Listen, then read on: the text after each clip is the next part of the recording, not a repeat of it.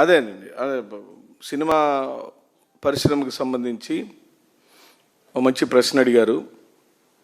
ఎందుకంటే ఆబ్వియస్లీ ఉప ముఖ్యమంత్రి సినిమా యాక్టర్గా ఉండినప్పుడు, స్వయాన ముఖ్యమంత్రి గారు బామర్ది సినిమా యాక్టర్గా ఉండినప్పుడు, ఎమ్మెల్యేగా ఉండినప్పుడు మీరు అడిగిన ప్రశ్న ఈ రాష్ట్ర ప్రజలు ఆలోచించదగ్గ ప్రశ్న.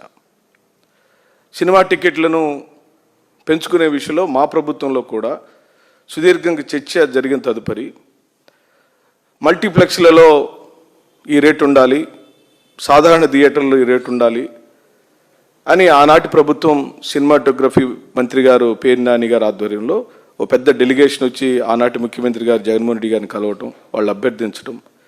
పెద్ద సినిమాలు అంటే సమాజానికి ఉపయోగపడే సినిమాలు, బాహుబలి లాంటి సినిమాలు, మరియు ఇతర భారీ సినిమాలకు ప్రోత్సాహకరంగా ఉండటం కోసం ఆ రోజున ఆ ప్రభుత్వం ప్రోత్సహించిన మాట వాస్తవం.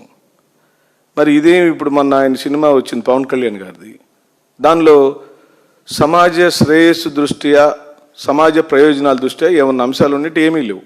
రక్తపాతం ఉంది, చంపుకోవటం ఉంది, నరుక్కోవటం ఉంది. దానికి ప్రభుత్వం రేట్లు పెంచింది, అంటే ప్రభుత్వం ప్రోత్సహించింది. ఇప్పుడు దాకా నా ప్రెస్ మీట్లో నేను చెప్పిన అంశాలే హత్యా రాజకీయాలు, హత్యలు, మానభంగాలు, మర్డర్లు, రక్తం. ఇప్పుడు ఈయన ఒక మత సంబంధిత అంశాలు ఎక్కువగా ఉన్నాయి ఆ సినిమాలని సోషల్ మీడియాలో వస్తుంది. ఆ సినిమా రిలీజ్ అయితే కానీ దానిలో ఏమేమి అంశాలు ఉన్నాయో, దానికి ఎందుకు ప్రోత్సహించాడో, వాళ్ళ అల్లుడని వాళ్ళ బావమద్దని ప్రోత్సహించాడా, నిజంగానే ఏమన్నా విలువలు ఉన్నాయని చూద్దాం. ఏదేమైనప్పటికీ సామాన్యుడికి సినిమా అందుబాటులో ఉండాలని వైసీపీ కోరుకుంటుంది.